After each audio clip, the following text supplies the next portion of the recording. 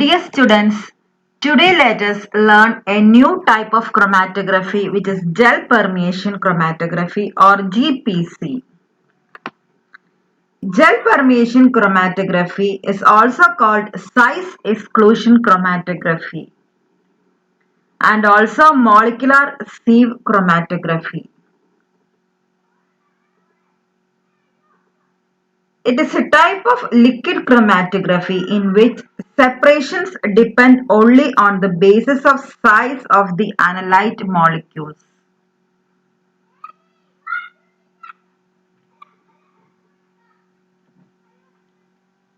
The method is used to separate non-polar components of a mixture.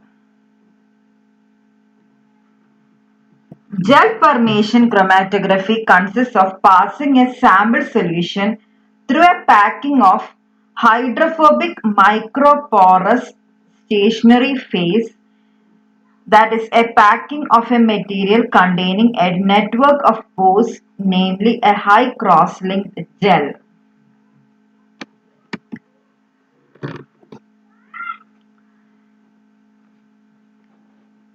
So the principle is, the technique is based on the difference of molecular weight and is used for effective and mild methods for isolating and analyzing substances. The stationary phase consists of beads containing pores that span a relatively narrow size range.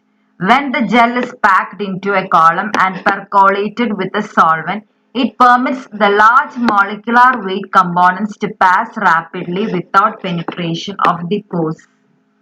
Smaller molecules spend more time inside the beads than larger molecules and therefore elute later. വളരെ simple ആയിട്ടുള്ള ഒരു chromatographic മെത്തേഡാണ് ഈ gel permeation chromatographic method എന്ന് പറഞ്ഞിട്ടുണ്ടെങ്കിൽ gel permeation chromatographic മെത്തേഡിന്റെ പ്രത്യേകത എന്ന് പറയുന്നത് നമ്മളൊരു സ്റ്റേഷനറി ഫേസ് ഉപയോഗിക്കുന്നു. ആ സ്റ്റേഷനറി ഫേസ് സാധാരണ ഒരു ജെല്ലായിരിക്കും. ആ ജെല്ലിന്റെ ഉള്ളില് സൈസ് ഉണ്ടാവും, സ്പേസ് ഉണ്ടാവും. ആ സ്പേസിലേക്ക് ആ സ്പേസ് ഫിറ്റ് ആവുന്ന സാമ്പിളിനെ അതിന് കടത്തി വിടാൻ പറ്റും, അല്ലെങ്കിൽ അതിലേക്ക് വലിച്ചെടുക്കും. ബാക്കി വലിയ സൈസുള്ള മോളിക്യൂൾസിന് അതൊരിക്കലും വലിച്ചെടുക്കില്ല. അപ്പൊ അത് താഴേക്ക് എല്യൂട്ട് ചെയ്ത് പോകുമ്പോൾ ഈ സ്മോൾ മോളിക്യൂൾസിനെ മാത്രം അത് വലിച്ചെടുക്കും. അതായത് അതിന്റെ സ്റ്റേഷനറി ഫേസിലുള്ള പോർസ് അല്ലെങ്കിൽ സുഷിരങ്ങളുടെ വലിപ്പം അനുസരിച്ചുള്ള പാർട്ടിക്കിൾസിനെ മാത്രം അത് വലിച്ചെടുക്കും. അതിന്റെ സുഷിരങ്ങളെക്കാളും വലുതായിട്ടുള്ള പാർട്ടിക്കിൾസ് ആ സുഷിരങ്ങളുടെ ഉള്ളിലേക്ക് കയറി വരില്ല. അതുകൊണ്ട് അത് സ്റ്റേഷനറി ഫേസിൽ കയറാതെ മൊബൈൽ ഫേസിലൂടെ തന്നെ ഒഴുകിപ്പോവും. അപ്പൊ സൈസിനെയാണ് ഡിപ്പെൻഡ് ചെയ്യണത്. അതായത് സ്റ്റേഷനറി ഫേസിൽ ഉപയോഗിക്കുന്ന പോർസിന് എത്ര സൈസ് ഉണ്ട് അതനുസരിച്ചിട്ടാണ് പാർട്ടീഷനിങ് അല്ലെങ്കിൽ സെപ്പറേഷൻ. ആ പോർസിൽ ഫിറ്റ് ആവുന്ന മോളിക്യൂൾസിനെ നമുക്ക് സെപ്പറേറ്റ് ചെയ്തെടുക്കാം. അതിൽ ഫിറ്റ് ആകാത്തവര് മൊബൈൽ ഫേസിന്റെ കൂടെ താഴേക്ക് ഒഴുകി പോവും. ഇങ്ങനെയാണ് ജെൽ പെർമിയേഷൻ ക്രൊമാറ്റോഗ്രഫി ചെയ്യുന്നത്. അതുകൊണ്ടാണ് ഇതിന് സൈസ് എക്സ്ക്ലൂഷൻ ക്രൊമാറ്റോഗ്രഫി എന്ന് വിളിക്കുന്നത്. സൈസിന്റെ ബേസിസിലാണ് ഇവിടെ സെപ്പറേഷൻ അല്ലെങ്കിൽ പാർട്ടീഷനിങ് നടക്കുന്നത്. അപ്പൊ നമുക്ക് ഇവിടെ നോക്കിക്കഴിഞ്ഞാൽ ഈ ഡയഗ്രത്തിൽ നോക്കിക്കഴിഞ്ഞാൽ മനസ്സിലാവും, ഇതാണ് സ്റ്റേഷനറി ഫേസ്. യെല്ലോ കളറിലുള്ള മെറ്റീരിയൽ ആണ് സ്റ്റേഷനറി ഫേസ്. ആ സ്റ്റേഷനറി ഫേസിന്റെ ഉള്ള ഒത്തിരി പോർസ് ഉണ്ട്, നിങ്ങൾക്ക് കാണാവുന്നതാണ് ഈ ഓട്ടകൾ പോലത്തെ സുഷിരങ്ങള്. അതിന്റെ ഉള്ളിൽ ഫിറ്റ് ആവുന്ന മോളിക്യൂൾസിനെ മാത്രം അത് വലിച്ചെടുക്കും. അപ്പൊ റെഡ് എന്ന് പറഞ്ഞ മോളിക്യൂള്, ഇവിടെ രണ്ട് ടൈപ്പ് മോളിക്യൂൾസ് ഉണ്ട് സാമ്പിളില്, ബ്ലൂ ഉണ്ട് റെഡ് ഉണ്ട്. റെഡ് മോളിക്യൂൾസിനെ മാത്രമേ ഇത് ആവാഹിച്ചെടുക്കും. ബ്ലൂവിന് ഇതിന്റെ ഉള്ളിൽ ഈ പോറിന്റെ ഉള്ളിൽ കയറാനുള്ള സ്പേസ് ഇല്ല. അതുകൊണ്ട് അതെന്ത് ചെയ്യും, അത് മൊബൈൽ ഫേസിന്റെ കൂടെ താഴേക്ക് ഒഴുകി പോകും. പക്ഷെ മൊബൈൽ ഫേസിലുള്ള റെഡ് മോളിക്യൂൾസിനെ എല്ലാം ഈ സ്റ്റേഷനറി ഫേസ് വലിച്ചെടുത്തിട്ടുണ്ടാവും. അപ്പൊ റെഡും ബ്ലൂവും സെപ്പറേറ്റഡ് ആയി, റെഡ് കമ്പോണന്റും ബ്ലൂ കമ്പോണന്റും വേറെ വേറെ ആയിട്ട് സെപ്പറേറ്റഡ് ആയതായിട്ട് നമുക്ക് കാണാവുന്നതാണ്. അതായത് different sizes will elute through different rates. Column consists of a hollow tube tightly packed with extremely small porous polymer beads. designed to have pores of different size. Pores may be depressions on the surface or channels through the bead. Small particles enter into the pores, larger particles don't. The larger the particles, the less overall volume to traverse over the length of the column and the faster the elution. ഇതാണ് ഇതിന്റെ principle എന്ന് പറയുന്നത്. അപ്പൊ നമ്മള് stationary phase beads അല്ലെങ്കിൽ ജെല്ലായിട്ടാണ് എടുക്കുക. ഒരു gel material എടുത്തിട്ട് അതിലേക്ക് നമ്മൾ എയും ബിയും സിയും ഉള്ള 3 കമ്പോണൻസിന്റെ ഒരു മിക്സ്ചർ ഉണ്ടാക്കുക. എന്നിട്ട് അതിനെ മൊബൈൽ ഫേസിൽ കലക്കിയിട്ട് ഈ സ്റ്റേഷനറി ഫേസിലൂടെ ഒഴിക്കുക. അപ്പൊ എ എന്ന് പറഞ്ഞ കമ്പോണന്റിന്റെ സൈസ് ഭയങ്കര വലിയതാണെങ്കിൽ അതൊരിക്കലും ഈ പോൾസിന്റെ ഉള്ളിൽ കയറില്ല. സി എന്ന് പറഞ്ഞ കമ്പോണന്റിന്റെ സൈസ് വളരെ ചെറുതാണെങ്കിൽ അത് സി മോളിക്യൂൾസ് എല്ലാം ഈ പോൾസിന്റെ ഉള്ളിൽ കയറിയിരിക്കും. ബി എന്ന് പറഞ്ഞ കമ്പോണന്റ് എയുടെയും ബിയുടെയും ഇന്റർമീഡിയറ്റ് സൈസ് ആണ്. അപ്പൊ ചിലപ്പോ കയറാൻ പറ്റും, ചിലപ്പോ ഫിറ്റ് ആവാൻ പറ്റും, ഈ ഗ്യാപ്പിന്റെ ഉള്ളിൽ ഫിറ്റ് ആവാൻ പറ്റും, ചിലപ്പോ പറ്റില്ല. അപ്പൊ അത് എലൂട്ടഡ് ആയിട്ട് താഴേക്ക് പോകും. അങ്ങനെ നമുക്ക് ഏകദേശം എയും ബിയും സിനെയും സെപ്പറേറ്റ് ചെയ്തെടുക്കാൻ പറ്റും. അപ്പൊ ഇതാണ് ഇതിന്റെ പ്രിൻസിപ്പിൾ എന്ന് പറയുന്നത്. ഇത് സിമ്പിൾ ആയിട്ട് നമുക്ക് ഈ ഡയഗ്രത്തിൽ കാണിച്ചിട്ടുണ്ട്. ഇവിടെ പ്രോട്ടീൻ സൊല്യൂഷൻസ് ആണ് എടുത്തിരിക്കുന്നത്. പല വലുപ്പത്തിലുള്ള പ്രോട്ടീൻ മിക്സ്ചേഴ്സ് ആണ്. ചിലത് വലുതാണ്, ചില പാർട്ടിക്കിൾസ് ചെറുതാണ്. ഇനി ജെല്ല ബീഡ്സ് നമ്മൾ ഈ സ്റ്റേഷനറി ഫേസ് ആയിട്ട് ഒരു കോളത്തിന്റെ ഉള്ളിൽ എടുത്തിട്ടുണ്ട്. ഇതാണ് കോളം. അപ്പൊ ഇതിങ്ങനെ മൊബൈൽ ഫേസിലൂടെ ഇങ്ങനെ താഴേക്ക് ഒഴുകുമ്പോ എന്താ പറയാ, ചെറിയ ചെറിയ പാർട്ടിക്കിൾസിനെ ഈ മൊബൈൽ ഫേസ് വലിച്ചെടുക്കും. വലിയ പാർട്ടിക്കിൾസിനെ വലിച്ചെടുക്കാനുള്ള സ്പേസ് ഇല്ലാത്തത് കൊണ്ട് അത് പതുക്കെ പതുക്കെ പതുക്കെ താഴേക്ക് ഒഴുകി താഴേക്ക് പുറത്തേക്ക് എല്യൂട്ടഡ് ആവും. പക്ഷെ നോക്കുക, ഈ ചെറിയ പാർട്ടിക്കിൾസ് അതിന്റെ സൈസ് കറക്റ്റ് ഫിറ്റിംഗ് ആണ്. ഇതിന്റെ ഗ്യാപ്പിൽ സ്റ്റേഷനറി ഫേസിന്റെ ഗ്യാപ്പിൽ കറക്റ്റ് ഫിറ്റിംഗ് ആയതുകൊണ്ട് അത് ആ കോളത്തിൽ തന്നെ ഇരിക്കുന്നു. മറ്റത് മാത്രം പുറത്തേക്ക് ഒഴുകി പോകുന്നു.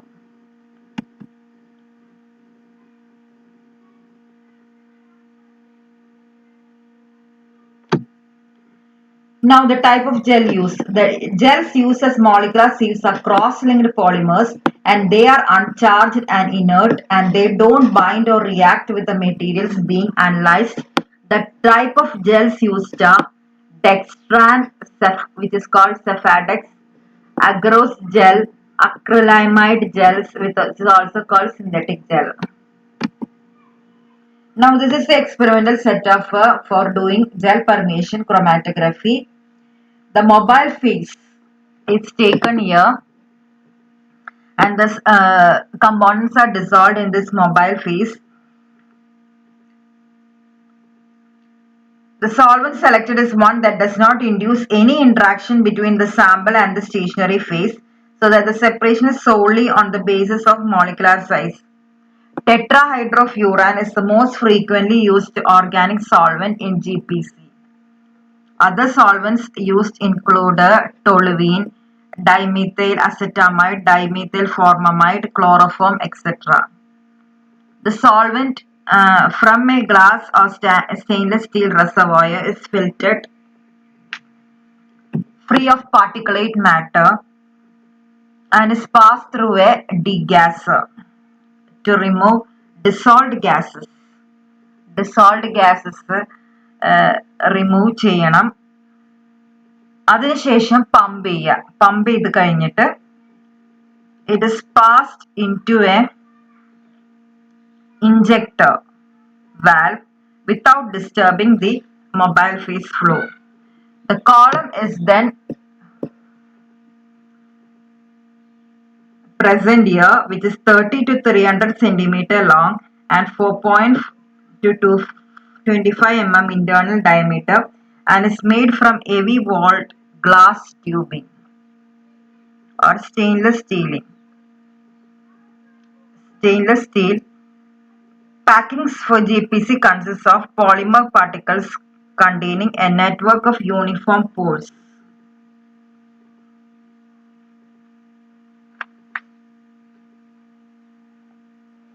Separation of components take inside the column and the interior of the pores is completely or partly taken up by smaller molecules. However, the molecule with sizes above a critical size are totally excluded from the pores.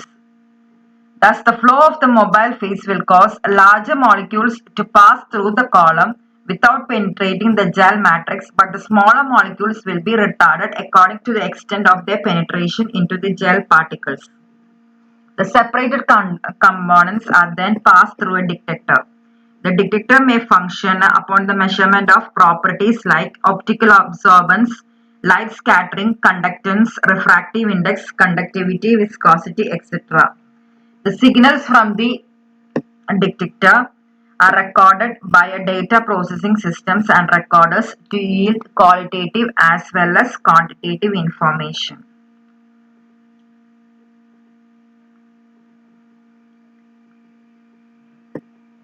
അതായത് simple ആയിട്ടുള്ള ഒരു experimental setup ആണ്. സോൾവെന്റും mobile ഫേസും നമ്മൾ ഇവിടെയാണ് എടുക്കുന്നത്. അപ്പൊ ഈ സോൾവെന്റ് ഡെലിവറി സിസ്റ്റത്തിലേക്ക് ആദ്യം ഉപയോഗിക്കുന്നത് ഡീഗ്യാസ് ചെയ്യണം. ഡീഗ്യാസ് ചെയ്യാന്ന് വെച്ചിട്ടുണ്ടെങ്കിൽ അതിന് ഏതെങ്കിലും തരത്തിലുള്ള ഗ്യാസ് ഡിസോൾവ് ആയിട്ടുണ്ടെങ്കിൽ അതിനൊന്ന് പതപ്പിച്ച് കളയുക. അതാണ് ആദ്യത്തെ സ്റ്റെപ്പ് എന്ന് പറഞ്ഞു കഴിഞ്ഞിട്ടുണ്ടെങ്കിൽ. അത് കഴിഞ്ഞിട്ട് പമ്പ് ചെയ്യുക. പമ്പ് ചെയ്ത് കഴിഞ്ഞിട്ട് നേരെ ഇഞ്ചക്ടറിലേക്ക് മൊബൈൽ ഫേസ് ഇത് ചെയ്യുക. സാമ്പിൾ നമുക്ക് വേണമെങ്കിൽ ഒന്നെങ്കിൽ മൊബൈൽ ഫേസിൽ എടുക്കാം, അല്ലെങ്കിൽ സാമ്പിളിന് ഈ ഇഞ്ചക്ടറിന്റെ അവിടെ നമുക്ക് സിറിഞ്ച് വെച്ച് പതുക്കെ കുത്തി കൊടുത്താൽ മതി. സിറിഞ്ച് വെച്ചിട്ട് ഇഞ്ചക്ട് ചെയ്യുക. ഇഞ്ചക്ട് ചെയ്ത് കഴിയുമ്പോൾ മൊബൈൽ ഫേസും സാമ്പിളും കൂടെ മിക്സ് ആയിട്ട് നേരെ കോളത്തിലേക്ക് പോവും. കോളത്തിൽ വെച്ചിട്ടാണ് ക്രൊമാറ്റോഗ്രഫി നടക്കുന്നത്. ക്രൊമാറ്റോഗ്രഫി നടക്കുമ്പോൾ സൈസ്, ഒരു ക്രിട്ടിക്കൽ സൈസ് ഉണ്ട്. ആ സൈസിന്റെ താഴെയുള്ള എല്ലാവരെയും സ്റ്റേഷനറി ഫേസ് വലിച്ചെടുക്കുമ്പോൾ ആ ക്രിട്ടിക്കൽ സൈസിന്റെ മുകളിലുള്ളവരൊക്കെ കോളം വലിച്ചെടുക്കാതെ താഴേക്ക് ഒഴുകിപ്പോവും. പിന്നെ ഈ നമുക്ക് ഓരോന്നും ഒഴുകുന്ന അതിനനുസരിച്ച് നമുക്ക് ഡിക്റ്റേറ്ററിൽ ഒരു റെസ്പോൺസ് കിട്ടും. അത് നമുക്ക് റെക്കോർഡ് ചെയ്യാം. എന്നിട്ട് നമുക്ക് ക്വാളിറ്റേറ്റീവോ ക്വാണ്ടിറ്റേറ്റീവോ ഇൻഫർമേഷൻ നമുക്ക് കിട്ടുന്നതായിരിക്കും. ഇവിടെ കണ്ടാൽ മനസ്സിലാവും solvent reservoir, collector flask, sample injection, column ഇവിടെയുണ്ട്, ഇവിടെ ഡിറ്റക്ടർ. ഇതാണ് experimental setup. Steps used for gel permeation chromatography is first we have to swell the gel and then pack the column and washing. After several washings we can fill it in the column.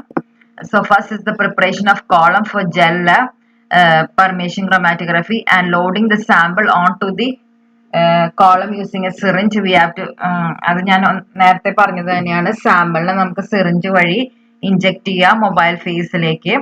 പിന്നെ എല്യൂട്ട് ചെയ്യുക, സാമ്പിളിനെ എല്യൂട്ട് ചെയ്യുക. എല്യൂട്ട് ചെയ്യാന്ന് പറഞ്ഞിട്ടുണ്ടെങ്കിൽ നമ്മൾ components ഒക്കെ separated ആയി കഴിയുമ്പോൾ നമുക്ക് ഇഷ്ടമുള്ള ഒരു സോൾവെന്റ് വെച്ചിട്ട് അതിനെ ലയിപ്പിച്ച് താഴേക്ക് ഒഴുക്കി എടുക്കാവുന്നതാണ്. അപ്പൊ ഇങ്ങനെയാണ് ചെയ്യുന്നത്. Now let us discuss what are the applications of gel permeation chromatography. Outline ആയിട്ട് പറഞ്ഞു കഴിഞ്ഞിട്ടുണ്ടെങ്കിൽ it is used for protein fractionation, purification, molecular weight determination, separation of sugar, proteins, peptides, rubbers, etc. And it's also used to determine the quaternary structure of purified proteins. നമുക്ക് detail ആയിട്ട് just ആപ്ലിക്കേഷൻസിലേക്ക് ഒന്ന് കിടക്കാം. ആദ്യം പറഞ്ഞത് protein fractionation ആണ്. പ്രോട്ടീൻസിനെ separate ചെയ്യാനും വളരെയധികം നല്ലൊരു മെത്തേഡാണ് ഈ ജെൽ പെർമേഷൻ ക്രൊമാറ്റോഗ്രഫി എന്ന് പറയുന്നത്. അതുമാത്രമല്ല സിന്തറ്റിക് പോളിമേഴ്സിന്റെ അനാലിസിസിനും ക്യാരക്ടറൈസേഷനും ഡെവലപ്മെന്റിനും ഉപയോഗിക്കാവുന്നതാണ് gel permeation chromatography. A polymer's properties and performance are influenced by its molecular weight determination, distribution. GPC has greatly simplified the characterization of synthetic polymers, and the complete molecular weight distribution of a polymer as well as the statistical information can be determined in about less than an hour. അതായത് polymers ഒക്കെ എപ്പോഴും molecular weight dependent ആണ്. പോളിമേഴ്സിന്റെ properties molecular വെയിറ്റിനെ ആശ്രയിച്ചിരിക്കുമ്പോൾ ഇപ്പൊ molecular weight എത്രയുണ്ടെന്ന് determine ചെയ്യണമെങ്കിൽ സാധാരണ നമുക്ക് conventional ആയിട്ട് method ഉപയോഗിക്കുന്നത് കോസ്മോമെട്രി അങ്ങനത്തെയൊക്കെ മെത്തേഡ്സ് ആണ്. അതിനേക്കാളും വളരെ എളുപ്പത്തിൽ ജെൽ പെർമേഷൻ ക്രൊമാറ്റോഗ്രഫി വഴി നമുക്ക് ഈ മോളിക്കുലർ വെയിറ്റ് ഡിറ്റർമിനേഷൻ ചെയ്യാൻ പറ്റും. പിന്നെ GPC is also used in the polymer development, quality control, failure investigation, and establishing molecular weight physical property relationship of synthetic polymers. Gel permeation chromatography is also used in the analysis and characterization of natural polymers like natural rubber, plant, animal polysaccharides, etc. ഇപ്പോൾ synthetic പോളിമേഴ്സിന്റെ molecular weight determination ഉപയോഗിക്കുന്നത് പോലെ തന്നെ natural polymers rubber cellulose starch അങ്ങനത്തെ natural പോളിമേഴ്സിന്റെ characterisation നമുക്ക് ഉപയോഗിക്കാവുന്നതാണ്. Also, GPC is a convenient and reproducible method in clinical and biochemical research that is to determine the protein present in human pancreatic juice, bile, tissues, etc. അപ്പോൾ നമ്മുടെ